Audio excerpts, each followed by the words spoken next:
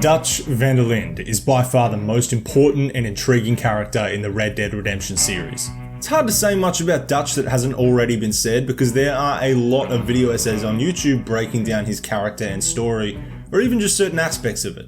And they're absolutely worth checking out if you haven't already. In fact, Dutch seems to dominate the discussion when it comes to videos on any Red Dead Redemption subject. And it's not just YouTube either. There's countless articles, Reddit threads, wiki entries, comment sections and so on, all giving their 2 cents on Dutch's character. And a lot of these opinions can vary wildly from post to post. And all of this made me think of an old Neil deGrasse Tyson video I saw recently, which I acknowledge is a weird inclusion in a Red Dead video, but just bear with me because I think it's an interesting point. If you go to the bookstore and look for books on gravity, there's maybe 4 or 5 on the shelf. Look for books on stars, there's maybe 6.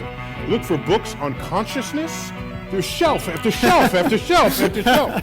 That means we know nothing about it, okay? Because once you know, it's done, no more books are necessary, and you move on to the next problem. Don't be confused by the volume of what is written.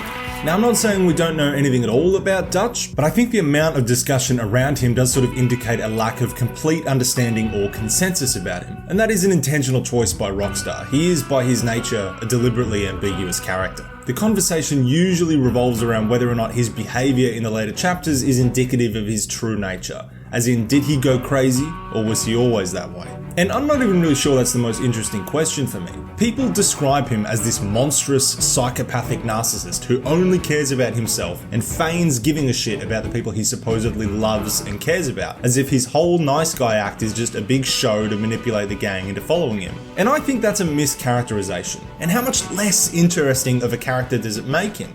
Imagine for a moment that he does care deeply about the gang.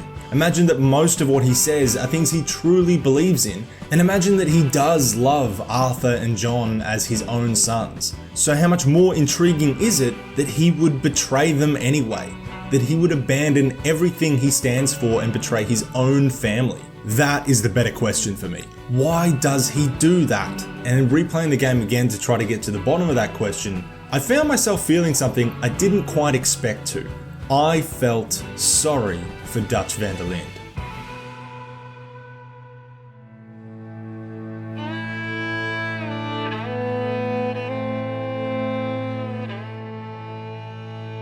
I acknowledge that this is an overused quote, but Dutch van der Linde is one of the most appropriate characters to associate it with, I think, because a lot of his external persona is quite appealing and heroic, at least as far as notorious outlaws go. He's tall, handsome, well-dressed and clean, but he also treats the gang with tremendous kindness and respect and genuinely seems to care about their well-being and mourns their losses. I loved Davy, Jenny, Sean, Mac. They may be okay. We don't know. But we lost some folks. Now, if I could throw myself in the ground in their stead, I'd do it gladly. But we are gonna ride out and we are gonna find some food. Everybody, we're safe now. We've been through worse than this before. Now all of you, get yourselves warm. Stay strong. Stay with me. We ain't done yet. This scene also highlights another key aspect of Dutch. By far the most impressive part of Benjamin Byron Davis's performance is the incredible range he gives to Dutch's voice. The way in which he can project his voice to be commanding and inspiring, or darken it to be threatening, or soften it to be warm and gentle without it ever feeling jarring or inconsistent adds so much to how textured Dutch feels as a character and makes him so convincing and magnetic as an extremely skilled public and persuasive speaker that even for the player is strangely irresistible. Another clever way in which Rockstar makes Dutch appealing at the start of the game is through the very first group of antagonists we encounter in Chapter 1. Colm and the O'Driscolls are a great juxtaposition to Dutch and his gang, as our first encounter with them sees them having murdered Sadie Adler's husband and held her hostage in her own home. And we see immediately just how differently Dutch handles the same situation. Wild thing, ain't ya? Leave her alone! I wasn't doing nothing. She's one of them O'Driscolls. No, she ain't, Michael. Look at her. Miss, are you... Oh, you fool! Michael! Miss, now, it is gonna be okay. We mean you no harm. Miss, come on. It'll be okay. We need to get out of here, and quick. You okay, miss? They came 3 days ago. And my husband, Miss, you are safe now. And you can't stay here.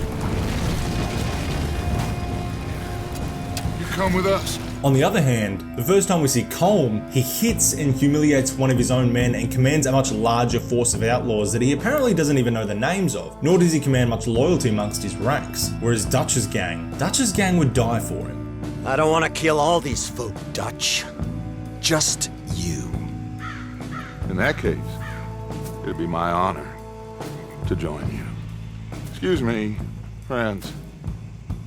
I have an appointment to keep with...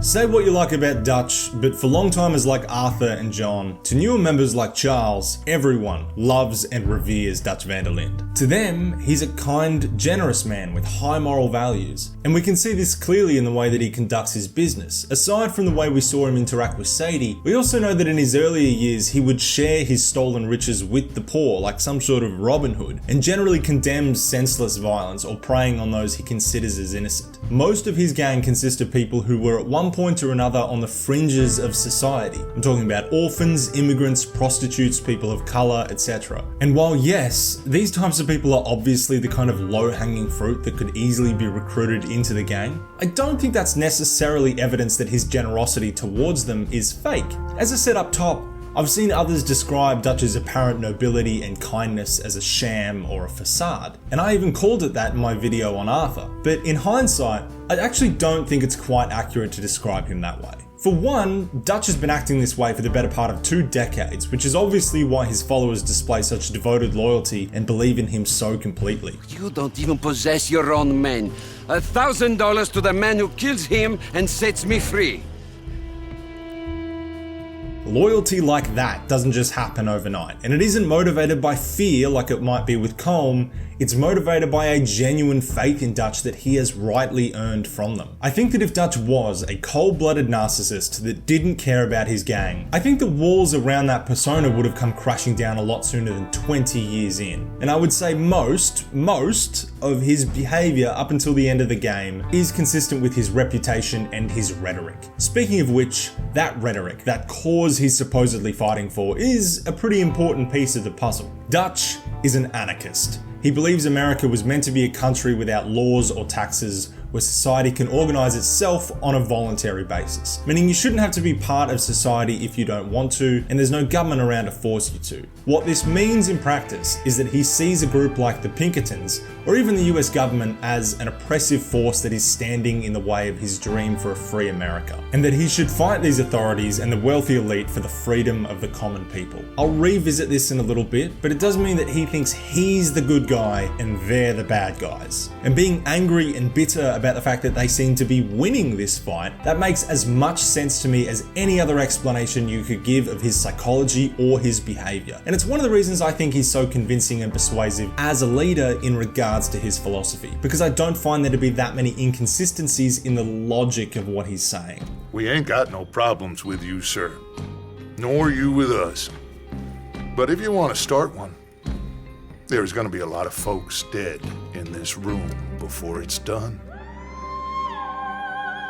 Now at this point in the video, I acknowledge it might sound like I'm not being nearly as critical of Dutch as I really should be, because so far, pretty much everything I've said about him is positive. In this picture I painted of Dutch, he seems noble and caring and idealistic. But this whole picture is just what he sees in a reflection. This is what he would tell you about himself if you asked him. And in this reflection, there aren't any flaws. That absolutely does not mean that there aren't any there, but crucially, he can't see them, or is at least unwilling to acknowledge them. In his own mind, losing is inconceivable and winning, whatever he thinks that means, is his destiny. And given the fact that he's convinced not just himself of all this, but also everyone around him, what do you suppose that does to a person's ego, especially over a career, or I guess maybe a crusade in his mind, lasting more than 2 decades, the whole time constantly inflating his ego further and further, constantly bolstering his ideas, becoming more and more enraged by the state of the world. And how do you think a person like that might react if it starts to look like that career, that crusade of his, all ends up being for nothing? It would break him.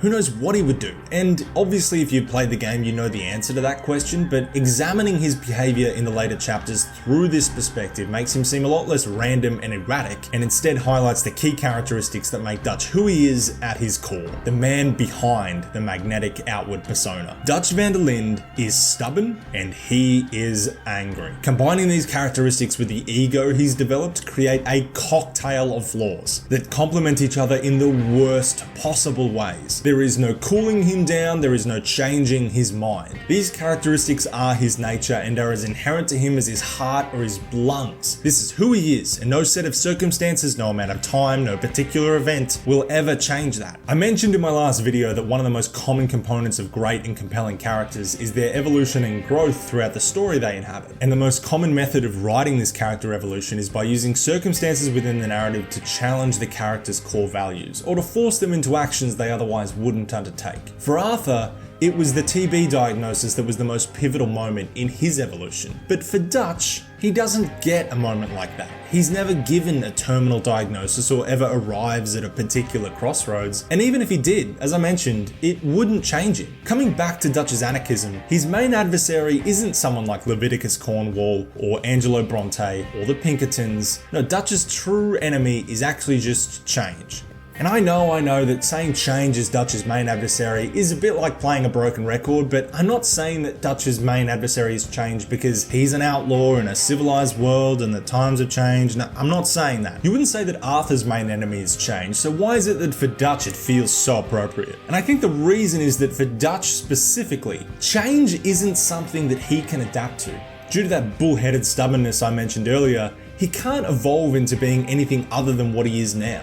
But this is a different time and the world doesn't tolerate outlaws like Dutch anymore. And despite all his intelligence, he can't seem to recognize what is blindingly obvious. He can't conceive that there is no scenario in which this enemy, change, will permit him a happily ever after. It's just not going to happen. Cornwall, Bronte, the Pinkertons, what these villains really are is just the physical personifications of that progress. They're just the faces of that change that Dutch is fighting against. These people are not unique, one-of-a-kind characters. Dutch could kill any one of them and surely someone else would just immediately take their place. And Dutch having to face one after another, foiling each and every one of his plans, is the clearest writing on the wall that frustratingly he can't read. And so the only question left to ask is, what will Dutch do when he finally realizes this?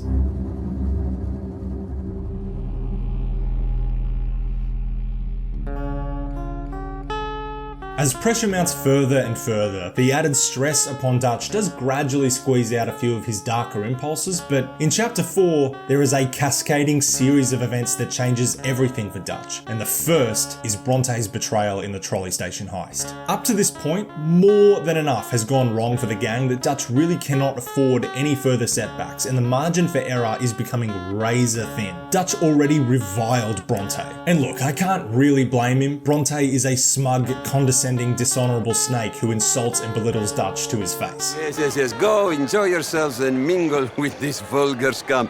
It'll make you long for the days when you could shoot each other and screw cows out on the open range. Those sure were the days. As we've discussed, Dutch has a huge ego, is incredibly persistent and stubborn, is incapable of seeing the flaws in his own reasoning, and has an extremely short fuse. This is not a man you should insult, laugh at, or stab in the back. So when Bronte does this, There should be stacks of cash in there. He told us there was. Look again. There's no stacks. A few dollars in coins, that's it. Damn! We got a problem. There's a ton of cops out there. Come out now! We got you surrounded! That greasy son of a bitch! He set us up! Dutch now has a pretty understandable reason to want to retaliate. Bronte betraying his trust validates everything he already despised about him, and now the itch for revenge is an extremely difficult sensation to try and ignore. While this event is a turning point, he actually doesn't initially externalize his hatred of Bronte, the only hint to which is his suggestion to take out Bronte prior to robbing the bank in Saint Denis. And the reasoning he states for doing so is mostly sound, I think. Bronte is now clearly a significant threat, and you're trying to reduce the number of things that are likely to go wrong during that bank heist. And so taking Bronte off the board when he's just double-crossed you, as I said, it mostly makes sense. Though what that reasoning doesn't allow for is this. Oh, we'll find you. Already, the dogs are on the way. Oh, yeah. Oh, you're right. You are so right. They are good at smelling filth, huh? So filth has got to be disposed of. Your friends, the Pinkertons, gonna come and rescue you, you repulsive little maggot.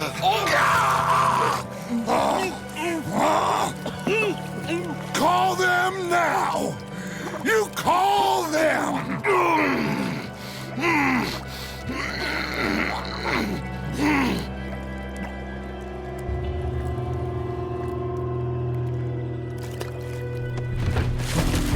Jesus. Pardon your philosophy books cover feeding a fella to a goddamn alligator, Dutch. Perhaps Dutch was a little angrier at Bronte than he was letting on. This is the second event, and is pretty much the last time he's actually able to pull together a convincing excuse to hide his true intentions. Although, barely. We've caught glimpses of this reactionary anger before, but this incident is particularly eye-opening. I mean, the look on Arthur's face kind of says it all. This is Dutch finally releasing all of his pent-up anger and disdain.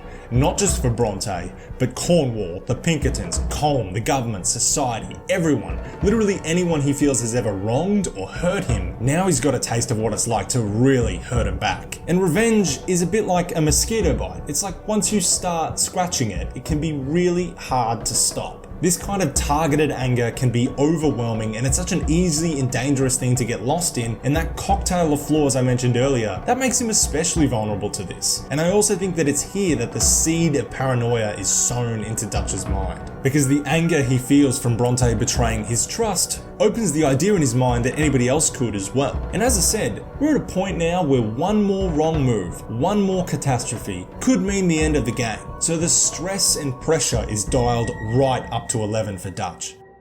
There's one final event that occurs that really secures the end of Dutch as we knew him. And you probably know what it is. Hosea Matthews is Dutch's second in command and main consultant, the angel on his shoulder, and has always been an absolutely integral member of the gang. He's the only person high enough in the hierarchy who can effectively challenge Dutch at a time like this, and there's no other person who'd be able to pull him back from the ledge that he's now standing over.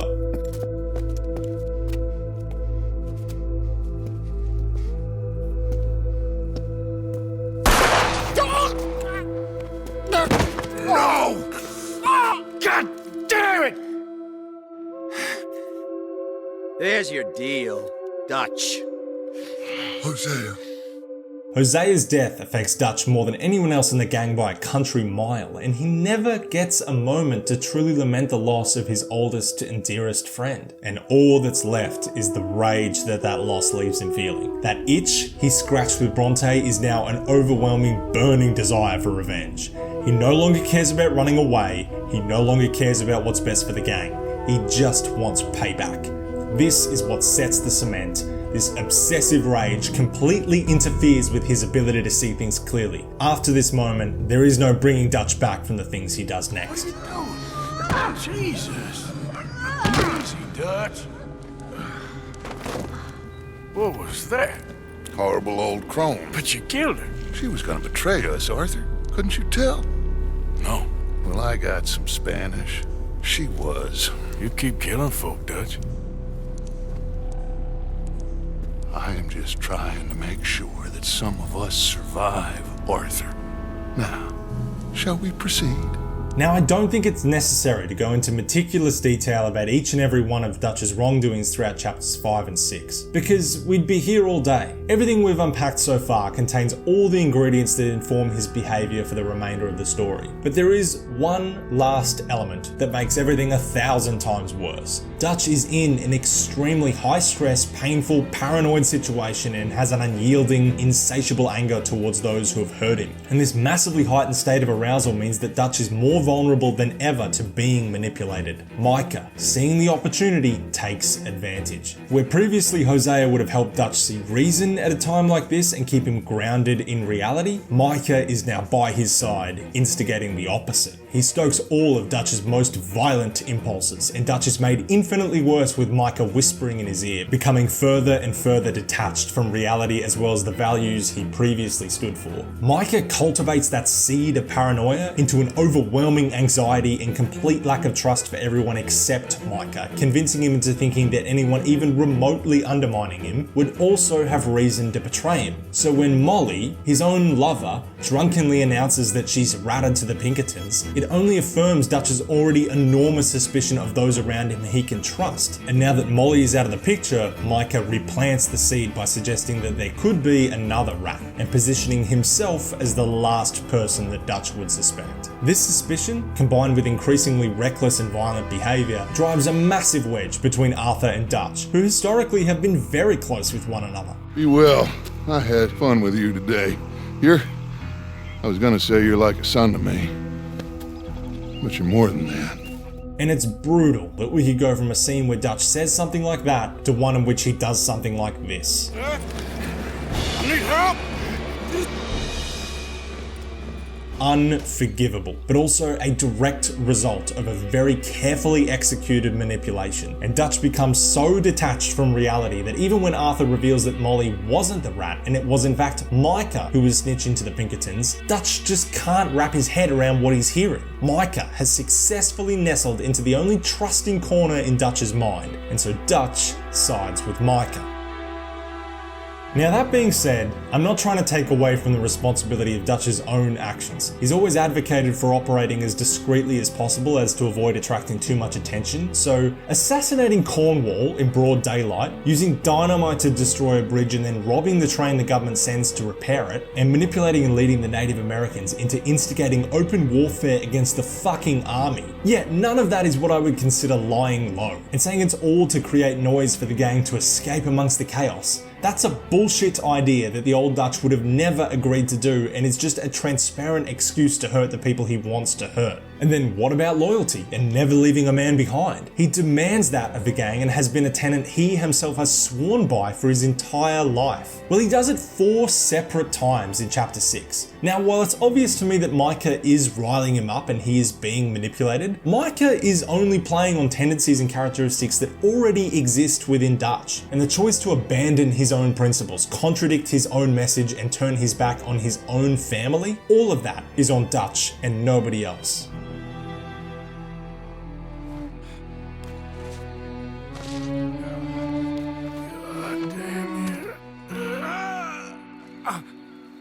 It is over. Now, Arthur. It's over. Oh, Dutch. He's a rat. You know it, and I know it. He's sick. He's dying. He's talking crazy. There! Up there on the ridge! I gave you all I had. I did.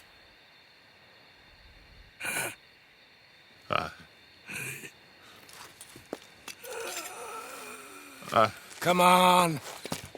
Dutch. Let's go, buddy. We made it. We won. Come on. John made it. He's the only one. The rest of us... No. But I tried. In the end, I did. Come on. Let's go. We can make it.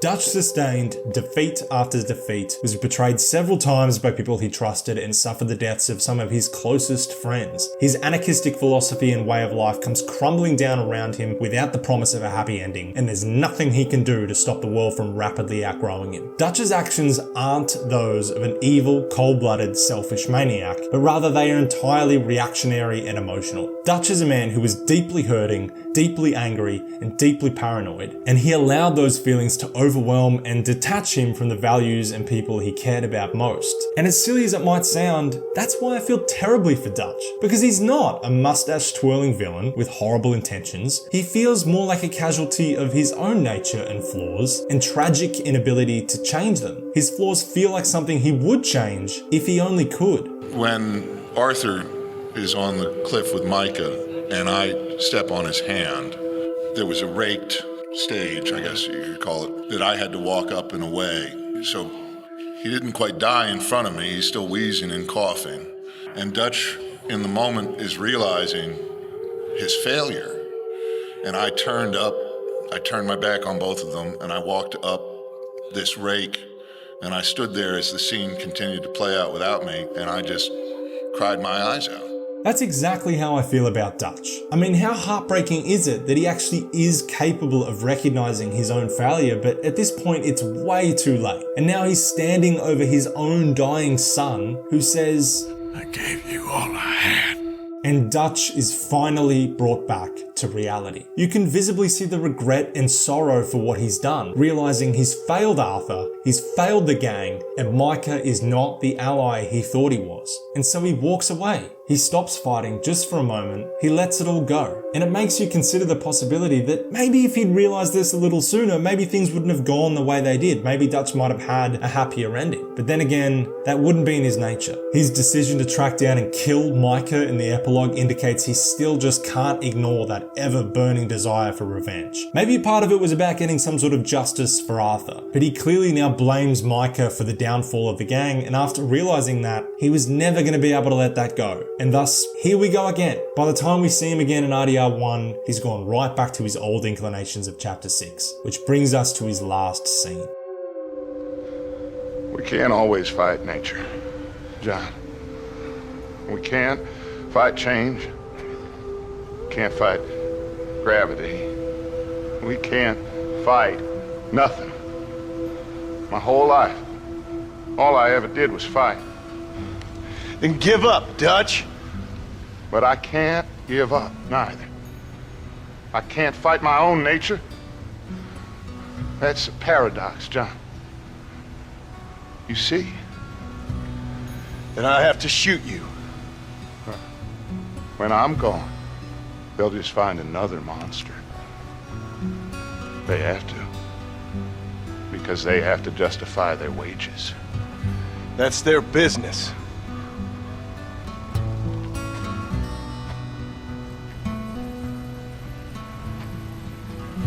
Our time has passed, John.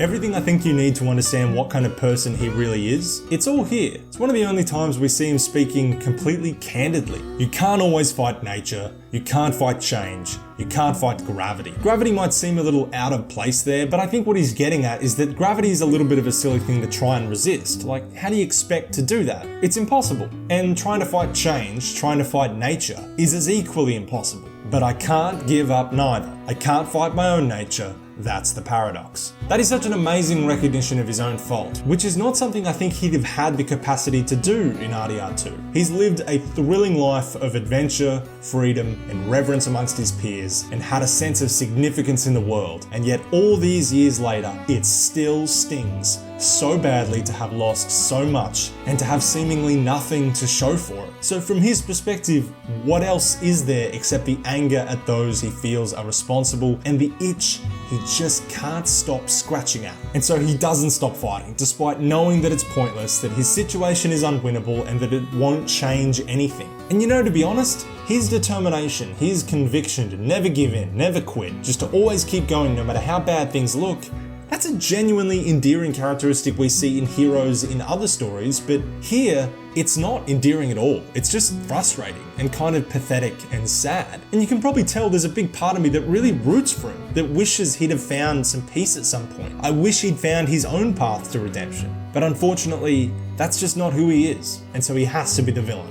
But I say all of this entire video, and you know what? Maybe I'm a casualty of Dutch van der Linde. Maybe he's just so convincingly manipulative that I'm being too sympathetic, that I'm buying more of his bullshit than I really should be. And if you think that's the case or you disagree with anything I've said in this video, I really invite you to explain why in the comments, because all of these videos make it clear to me that people really have a lot to say about this character. But even considering that, I still think Dutch being characterized as an irredeemable monster that only cares about himself, I just don't think that's fair. I think that's a misunderstanding of Dutch van der Linde. You probably know people with massive egos who walk around like their shit doesn't stink, or people who are angry or bitter or short-tempered. Maybe you have a vindictive ex-partner, or maybe you've been one of these people and it was just a particularly hard time in your life. But these are all just normal, human characteristics that many of us have and struggle with, and sometimes we don't even realize we have them. But they don't inherently make you a monster or define your identity. What they make you is just human. And that is the way in which I think we should talk about Dutch van der Linde. Not as a monster, but as a man. Not necessarily a good one, but not a completely rotten one either. I don't think he is or goes crazy or has sensational mental disorders like that he's a psychopath or a narcissist. The things that are wrong with Dutch are significantly more mundane than that. They are just normal, human flaws that he simply can't help or change. And I'm not saying we should excuse or sympathize with the things that he does, but I think we can empathize with why he does them. And that's why I think Dutch van der Linde, just a little bit, is a misunderstood character.